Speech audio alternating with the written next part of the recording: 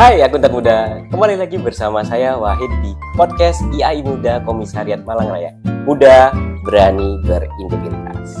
Nah teman-teman, kali ini saya tentunya tidak sendirian dong. Kita sudah kedatangan narasumber yang luar biasa. Nah beliau ini seorang akuntan yang saat ini juga terjun ke dunia akademik. Nah mungkin kita sambut dulu nih, ada Ibu Sulis Rohyatun SEM Akun HKCA CMA CSA. Halo Ibu, selamat datang. Jadi perlu diketahui teman-teman, Ibu Sulis ini adalah seorang akuntan yang saat ini terjun di dunia akademik ya. Saat ini mengajar sebagai dosen di Fakultas Ekonomi UIN Maulana Malik Ibrahim Malang. Nah pastinya teman-teman yang mahasiswa UIN ini udah kenal dengan beliau atau bahkan saat ini sedang diajar oleh beliau gitu ya. Nah pasti udah akrab dengan beliau nih. Nah, teman-teman juga harus ketahui nih bahwasannya beliau sendiri ini sebelum menjadi seorang dosen, sebelum turun ke dunia akademik gitu. Nah beliau dulu pernah bekerja di beberapa perusahaan-perusahaan besar sebagai seorang akuntan, bahkan sebagai orang finance. Jadi begitu banyak pengalaman yang beliau rasakan. Beliau sendiri saat ini menjabat sebagai bendahara di Ikatan Akuntan Indonesia Komisariat Malang, yang saat ini juga di ICMA Indonesia sebagai sekretaris divisi Bitbank gitu. Nah mungkin teman-teman udah penasaran seperti apa pembahasan hari ini. Nah untuk topik di episode kedua kali ini kita bakal membahas tentang perkembangan akuntansi di era digital ya. Teman-teman tahu banyak banget software-software atau banyak banget alat-alat, banyak banget teknologi yang saat ini dirasa menggantikan posisi seorang akuntan. Jadi seperti apa sih pandangan seorang akuntan dari Ibu Sulis? Bagaimana sih? Mungkin langsung aja kita ngobrol-ngobrol bareng Ibu Sulis saat ini ya. Nah, mungkin kita kan pasti teman-teman sudah tahu banyak nih tentang akuntansi. Namun menurut pandangan Ibu sendiri nih selama menjadi seorang akuntan dari dulu selama bekerja, pandangan Ibu sendiri akuntansi itu seperti apa sih? Oke, akuntansi kalau kita kembalikan lagi ke basicnya ya, content is an art ya. Jadi akuntansi itu seni ngapain sih? Kalau kalian di akuntansi, anak-anak akuntansi pasti dari awal ngapain ya? Dari awal nyatet gitu kan, habis dicatet, terus kemudian diklasifikasikan, terus habis itu digolong-golongkan, dijadikan laporan. Ya akuntansi memang seperti itu. Nah, kenapa kok seni? Seni itu ketika kalian mencatat, kayak ini saya nih kalau ngajar gitu ya, selalu tanya gitu. Kalau misalnya terkait dengan transaksi pembelian, kalian nyatetnya apa? Kalian mikir apa gitu ya? Nah itu seni, itu bagian dari seni. Dicatat dari transaksi yang terjadi, terus kemudian dianalisis ini mau dimasukin kemana. Nah itu yang kita bilang akuntansi adalah seni. Jadi bagaimana terus kemudian dari transaksi yang terjadi, kemudian dicatat ya, dicatat itu kan nggak asal nyatet. Kalau misalnya terjadi transaksi pembelian gitu kan, terus dicatatnya penjualan kan salah. Ya. Ya kan seninya, itulah seninya akuntansi. Jadi kalau kita balik lagi ke basic, ya accounting is an art. Akuntansi adalah seni gitu. Berarti seorang akuntan ini seorang seniman juga ya? Iya, seorang akuntan tuh kalau kita bilang seorang akuntan tuh harus yang saklek, enggak. Justru akuntan ini harus fleksibel ya, karena dia harus bagaimana terus kemudian nanti kalau misalnya kayak kalian di perusahaan gitu ya, bener nggak sih transaksi ini masuk ke sini gitu? Boleh nggak masuk ke sini? PSK-nya bilang apa gitu kan? Terus kemudian ada celah harus masuk kemana? Itu an art gitu. Kalau dilihat di perkembangan saat ini ya, kira-kira ini seberapa penting sih akuntansi itu dalam kehidupan kita saat ini? Cuma pasti kan orang udah tahu akuntansi penting banget nih buat ngerti banget. Cuma orang tuh belum paham banget esensi pentingnya akuntansi ini. Mungkin bisa kasih pandangan nih buat teman-teman akuntan muda yang ada di Indonesia. Oke. Jadi kembali lagi ya, akuntansi basicnya adalah mencatat sebenarnya. Nah kalau kita nggak punya catatan ini menjadi bagian yang nanti endingnya kalau akuntansi kan menjadi laporan keuangan. Laporan keuangan ini adalah informasi keuangan yang kita gunakan untuk mengambil keputusan. Nah gini aja deh, paling gampang tuh kalau misalnya kalian tuh punya catatan pribadi terkait dengan keuangan. kalian akan gampang untuk terus kemudian menyimpulkan di akhir bulan. At least akhir bulan aja lah, nggak usah akhir tahun kayak laporan perusahaan ya, akhir bulan gitu. Terus kalian tuh punya catatan, ternyata aku minus, ternyata aku surplus. Ketika aku minus, so what will I do? Terus apa yang harus aku lakukan gitu kan? Oh minus ternyata, oh aku harus cari pekerjaan harus cari pekerjaan tambahan, atau harus bilang ke orang tua gitu kan. Kalau surplus, oh berarti aku bisa investasi kemana? Aku bisa terus kemudian berusaha, artinya bahwa jangan terus kemudian dimaknai saja bahwa akuntansi ini sebatas catatan. Tapi catatan ini akan menghasilkan informasi keuangan yang itu bisa digunakan untuk pengambilan keputusan. Jadi kalau ditanyain seberapa penting ya akuntansi dalam kehidupan, bagi saya itu sangat penting gitu loh. Kalau kayak saya nih ibu rumah tangga gitu, gak punya catatan gitu kan, tahu-tahu belum akhir bulan, pertengahan bulan gitu, terus duitnya kurang ya, terus apa yang harus aku lakukan kan? Jadi akuntansi ini bukan hanya untuk terus kemudian perusahaan, terus kemudian untuk institusi, tapi kalau diterapkan ke pribadi, akuntansi itu sangat banget gitu ya. Jadi kayak mungkin orang memandang akuntansi di perusahaan itu ya buat laporan keuangan biar orang lihat bagus. Padahal kalau di kehidupan nyata buat pribadi itu jadi strategi kita gitu ya, Bu ya. Jadi ngatur keuangan kita gitu. Betul. Jadi kadang-kadang mungkin orang juga nggak sadar bahwa dia sebenarnya sedang melakukan proses akuntansi gitu. Ketika contoh tadi ibu rumah tangga melakukan pencatatan ada pemasukan, pengeluaran gitu. Itu sudah bagian akuntansi gitu loh. Gitu. Jadi kadang-kadang mungkin orang nggak sadar aja gitu loh. Kalau berbicara terlalu rumit, apakah akuntansi harus sampai ke jurang? No.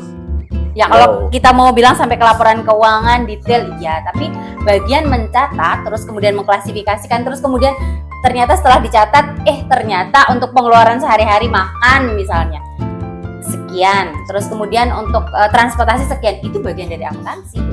Itu kan sudah mengklasifikasikan. Iya. Berarti ada banyak banget ibu-ibu Indonesia ini seorang akuntan ya. Iya. Secara tidak langsung. Iya.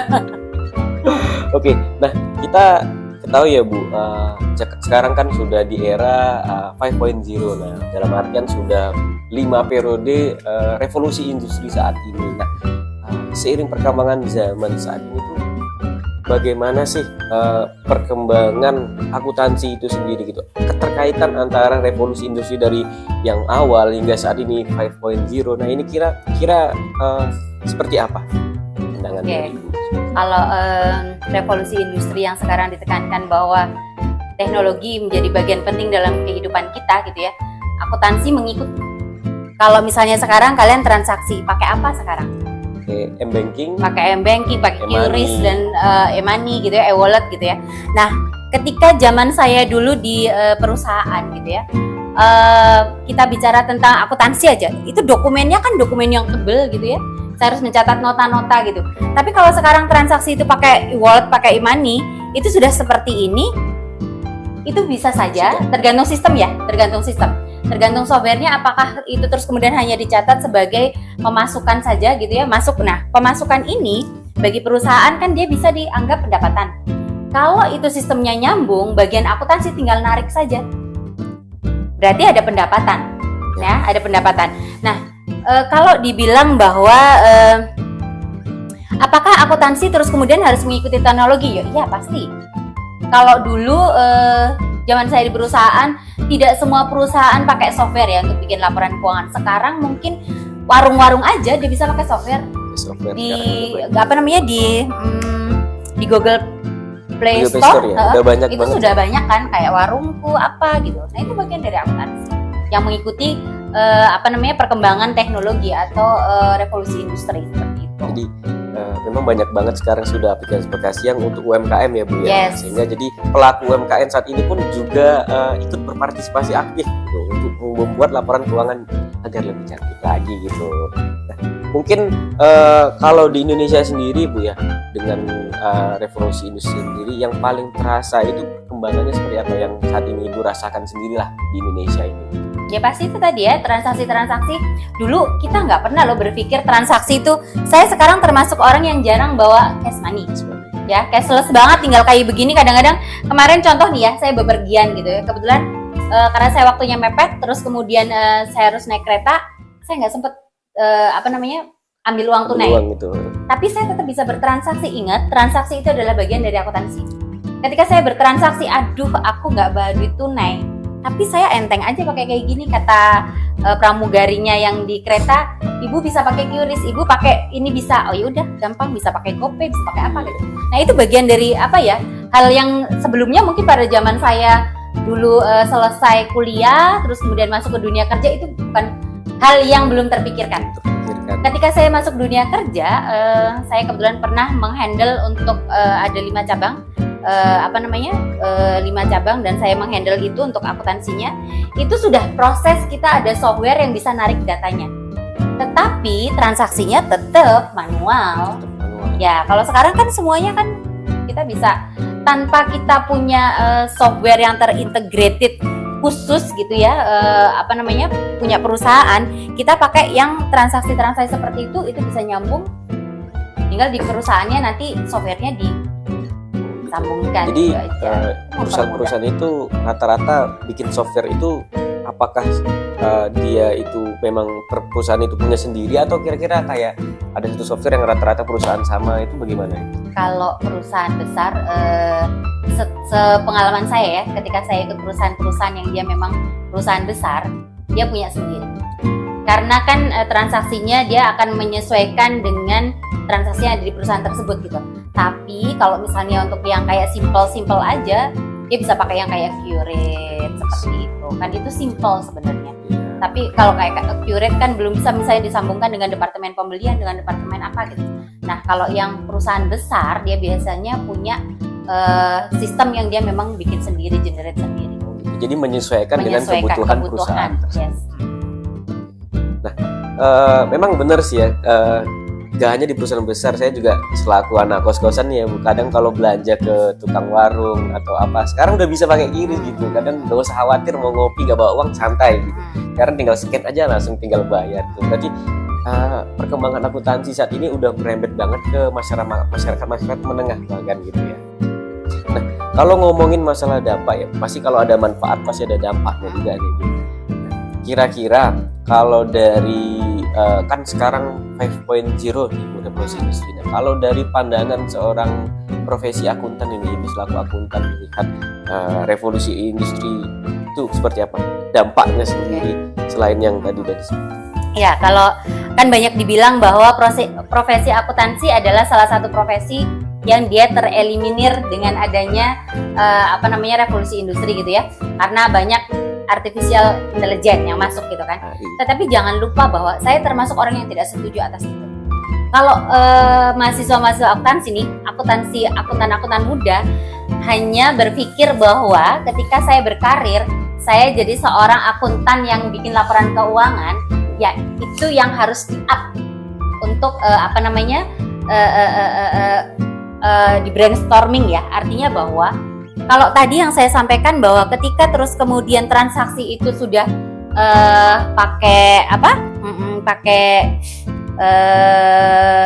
semuanya pakai teknologi gitu ya. Tapi jangan lupa bahwa otaknya itu manusia.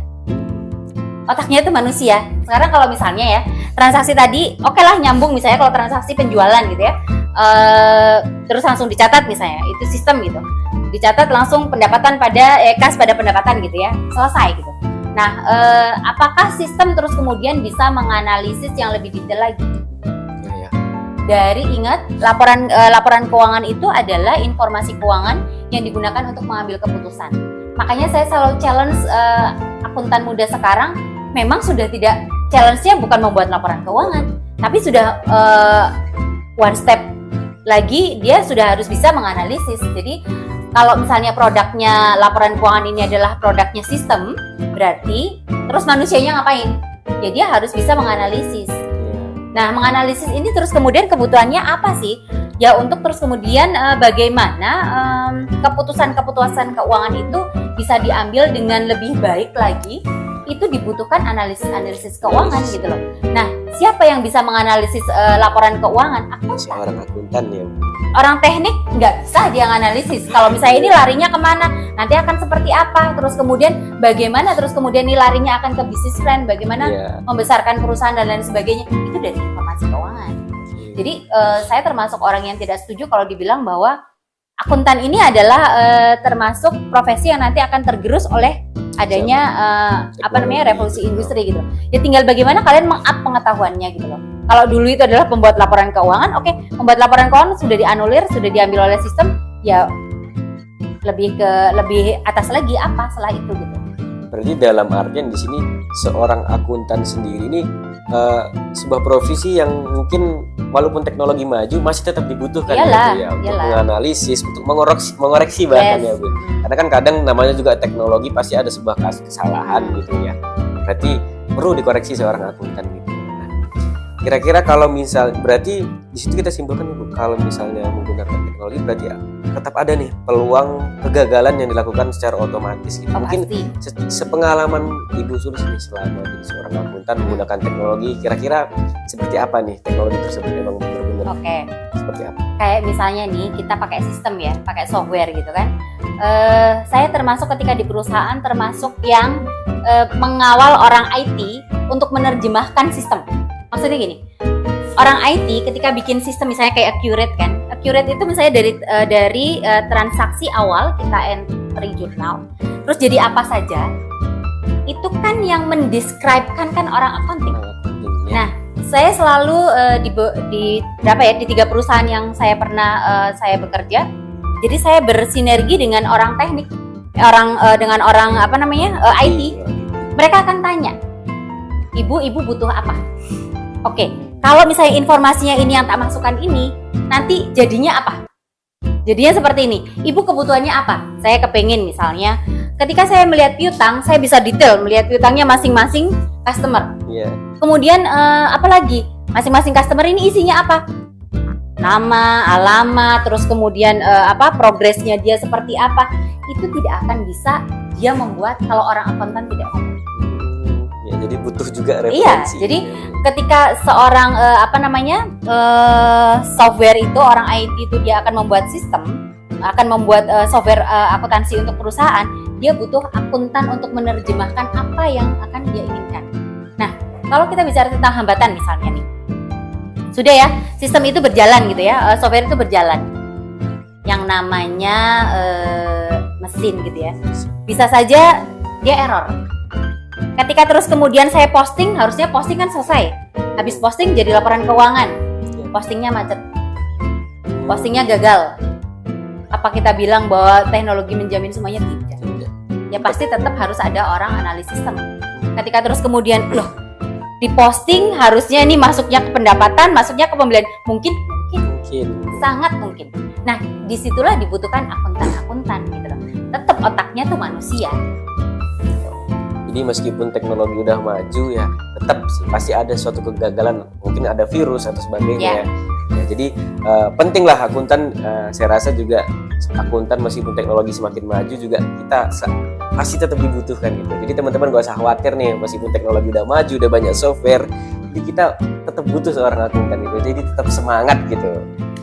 Mungkin kalau ngomongin perkembangan akuntansi ini di era digital ini, mungkin solusinya apakah ada peluang bagi akuntan untuk dapat menyeimbangkan kemampuan di era digital saat ini? Oke, ya pastinya memang kalau kita bicara tentang gap antara teori dan praktek gitu ya. Anak-anak akuntansi ini kan kalau di perkuliahan bicara teori gitu kan. Nah, sementara kita ketika ke dunia kerja mungkin ada hal-hal yang di teori ini, terus kemudian di sisi prakteknya memang pasti akan ada gap. Itu nggak usah terus kemudian jadi berkecil hati gitu ya. Kok saya keluar dari bangku kuliah masuk ke dunia kerja, banyak yang aku nggak tahu gitu ya. Itu saya alami gitu. Nah, ketika saya mengalami dulu, tidak semudah sekarang sebenarnya kalian belajar. Kalau sekarang kalian bisa buka YouTube, Google, itu kalian mau ngomong, mau tanya tentang apa saja bisa. Mau mau mempelajari misalnya perusahaan ini pakai apa, proses bisnisnya seperti apa, itu bisa. Zaman saya nggak bisa. Nah, terus kemudian apa yang bisa dilakukan oleh seorang akuntan, oleh akuntan-akuntan muda untuk terus kemudian improve knowledge, ya memang harus sering membaca, harus sering mengikuti perkembangan. Kalau dulu PSAK itu cuma bicara tentang bagaimana mengatur keuangan. Sekarang ya, zaman saya dulu belum ada kepikiran bagaimana akuntansi tentang aset tak berwujud, akuntansi tentang aset yang berupa pohon, berupa hewan, nggak ada gitu loh. Nah itu ya harus diikuti gitu loh. Bagaimana terus kemudian mengupgrade, ya upgrade lah pengetahuannya. Termasuk bagaimana belajar tentang software akuntansi gitu kan. Sekarang perusahaan-perusahaan saya yakin ya memang beragam ya, tapi saya yakin dengan perkembangan seperti ini mereka jarang sekali yang tidak punya software. Kalau kita bicara perusahaan ya, tidak yang terus kemudian even terus kemudian cuma pakai Excel pun. Dan jangan gini ya, jangan terus kemudian berpikiran bahwa semua perusahaan ini sudah pakai software. Saya yakin masih ada yang pakai Excel juga gitu loh. Nah itu ya kayak gitu kan juga tetap butuh effortnya akuntan gitu. Jadi kita pun udah belajar teori di perkuliahan, keluar pun tetap harus belajar lagi. Oh iya, ya. Karena gini loh, kalau misalnya di perkuliahan itu diajari tentang pure praktek, itu kalian bukan sarjana akuntansi. Beda. Tapi kalau misalnya kalian kayak misalnya nih ada politeknik, terus kemudian ada universitas. Kenapa dibedakan seperti itu? Ketika kalian belajar di politeknik gitu ya, memang lebih banyak terus kemudian di ini praktikumnya. Ketika di akuntansi, kenapa kok ada sarjana akuntansi? Ya memang dia disiapkan untuk dia adalah akuntan-akuntan yang secara teori dia jauh lebih menguasai. Ketika diterjunkan ke dunia praktisi, harapannya apa yang ada di praktisi ini tidak terus kemudian terisi, akan terisi dari akuntan-akuntan yang dari dunia. Kayak misalnya gini loh, kalau misalnya kita bicara di perusahaan gitu ya, tidak semua pimpinan di perusahaan juga dia orang akuntansi. Misalnya dia hanya mau, pokoknya saya hanya mau laporan saya kelihatan bagus gitu. Nah, apakah laporan yang bagus ini sesuai dengan prinsip-prinsip akuntansi? Itu dibutuhkan akuntan-akuntan yang terus kemudian menjembatani itu. Dapatnya dari mana? Ya dari dunia kuliah. Gitu. Jadi kalau kita bicara gap pasti ada gap. Tapi gap itu akan harusnya akan tereliminir seiring dengan si akuntan yang dari dunia pendidikan ini terjun ke praktisi, dia akan mengisi bagaimana kekurangan gap itu. Sama ketika saya dari praktisi terus kemudian terjun lagi ke akademisi, saya ingin mengisi gap ini biar tidak terlalu lebar gitu. Bagaimana mahasiswa-mahasiswa ini terus kemudian paham di dunia luar itu seperti apa sih? Jadi saling melengkapi akhirnya ya Bu. Memang nggak bisa itu disamakan persis tuh nggak bisa, pasti akan ada gapnya, pasti. Jadi tergantung gimana lah kita menghadapi gap tersebut. Iya. Gitu. Nah, mungkin menjawab keluh kesah dari teman-teman akuntan muda nih, kira-kira apakah ada strategi atau saran nih buat teman-teman akuntan muda buat persiapan nih habis kuliah jadi fresh graduate nih, gimana nih menghadapi era digital yang sekarang udah serba maju, udah tadi seperti Ibu sebutkan aset tak berwujud udah mulai banyak, itu seperti apa? Ya artinya itu tadi ya, yang paling penting adalah upgrade knowledge ya, upgrade knowledge, terus kemudian upgrade soft skill gitu kan, terus kemudian paham software gitu, terus kemudian tadi itu udah tiga hal ini sebenarnya yang sangat krusial ya. Sama satu lagi, upgrade how to communicate sebenarnya, bagaimana terus kemudian bisa berkomunikasi gitu ya. Sekarang kan kayak kalian ini sudah sangat diwadahi sebenarnya, artinya bahwa menjembatani antara kalian yang di dunia perkuliahan dengan di dunia kerja ini sudah sangat dekat gitu. Nah itu dimanfaatkan gitu loh. Ketika ketemu dengan orang-orang praktisi, ya bagaimana caranya ngobrol. Yang namanya belajar itu nggak harus di kelas. Ketika kalian ngobrol dengan orang-orang praktisi, kalian bisa terus kemudian menimba ilmu. Oh ternyata di dunia praktisi seperti itu. Nah ya tinggal dilihat lagi, saya kurangnya apa ya. Kalau misalnya tadi dari praktisi mintanya ABCD, saya baru punya AB. Nah, gimana saya mendapatkan CD-nya ini? Nah, itu nggak bisa terus kemudian kalau Bu Sulis bilang, kalian harus punya A, B, C, D, E, F, G. Itu kan nggak sama antara Wahid, terus kemudian dengan teman yang lain. Mungkin Wahid sudah punya A, B, C, tinggal D-E-nya yang belum. Teman yang lain dia sudah A, B, C, D, tinggal E-nya. Nah, itu balik lagi sebenarnya ke masing-masing diri pribadi. Bagaimana bisa men-challenge masing-masing pribadi ini untuk dia bisa mengikuti perkembangan. Tadi Ibu sempat singgung tentang communicate itu. Berarti kita seorang akuntan ini gak hanya melulu harus paham tentang teori, tapi kita juga harus membangun komunikasi, gitu. Harus bisa public speaking dalam hal ini. Gini. sebenarnya kalau kita how to communicate itu kan, kalau kita bicara tentang komunikasi adalah bagaimana kita menyampaikan A, terus kemudian orang yang kita ajak ngomong tuh bisa menangkap kita A. Bisa bayangkan misalnya nih, seorang akuntan, dia hanya berkutat dengan angka-angka. Ingat, seorang akuntan, dia harus keluar ketemu dengan orang bank, dia harus keluar ketemu dengan orang pajak. Ketika dia tidak bisa terus communicate, dia tidak bisa mengkomunikasikan informasi keuangan dengan baik, kalian bisa bayangkan kan apa yang terjadi. Gitu. Nah itu, jadi bukan yang terus kemudian harus yang public speaking seperti apa, harus bisa kemudian ngomong di depan umum, bukan seperti itu, tapi bagaimana bisa menyampaikan informasi ini dengan baik ya, baik ini ke intern perusahaan maupun eksternal. Karena kalau kita bicara akuntan kayak saya dulu ya, saya harus ketemu dengan pimpinan bank, saya harus ketemu dengan pimpinan pajak gitu kan. Ketika mereka terus kemudian, Bu Sulis ini pajaknya kok kurang gitu, kenapa gitu, Bapak dapat datanya dari mana? Terus kemudian saya harus menjelaskan, ini loh Pak, datanya seperti ini, dan nah itu butuh komunikasi. Kemudian dengan orang bank gitu ya, akuntan ini butuh orang akuntan, dia juga yang mengelola keuangan gitu ya, butuh dana gitu. Terus kemudian kalian cuma taruh ini laporan keuangannya gitu. Kalian bisa bayangkan kan? Iya. Nah itu yang saya bilang bahwa komunikasi menjadi bagian yang sangat penting gitu ya.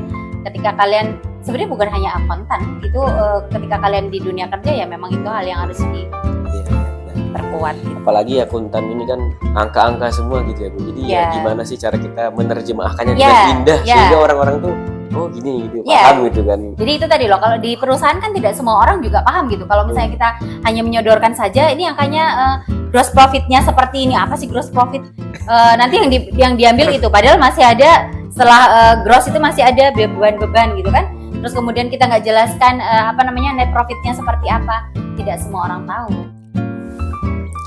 Oke, akuntan muda, ternyata seiring perkembangan zaman, akuntansi saat ini banyak mengalami perkembangan yang pesat ya. Nah, jadi buat kamu, saya, dan kita semua akuntan, jangan sampai kalah saing, upgrade diri, upgrade knowledge, bangun relasi, dan latih komunikasi. Sebelumnya terima kasih banyak untuk narasumber kali ini, Ibu Sulis yang sudah berkenan hadir di podcast kita hari ini. Nah, mungkin nanti di next episode bisa nih Bu, kita ngobrol-ngobrol lagi tentang dunia akuntansi. Nah teman-teman, buat kamu yang ingin mendengarkan podcast kita di episode selanjutnya, bisa dengerin podcast IAI Muda Komisariat Malang Raya di YouTube kita di IAI Muda Malang Raya, atau di TikTok juga ada di IAI Muda Malang gitu. Nah buat kamu yang ingin memberikan saran, kritik, dan juga ide-ide menarik, bisa melalui media sosial kami di Instagram @iaimudamalang dan juga email iaimuda.malang@gmail.com, atau bisa melalui kolom komentar yang ada di YouTube dan juga di TikTok. Oke teman-teman, saya sebagai host Wahid pamit undur diri. Terima kasih banyak. Sampai jumpa di episode selanjutnya. IAI Muda Malang Raya, muda, berani,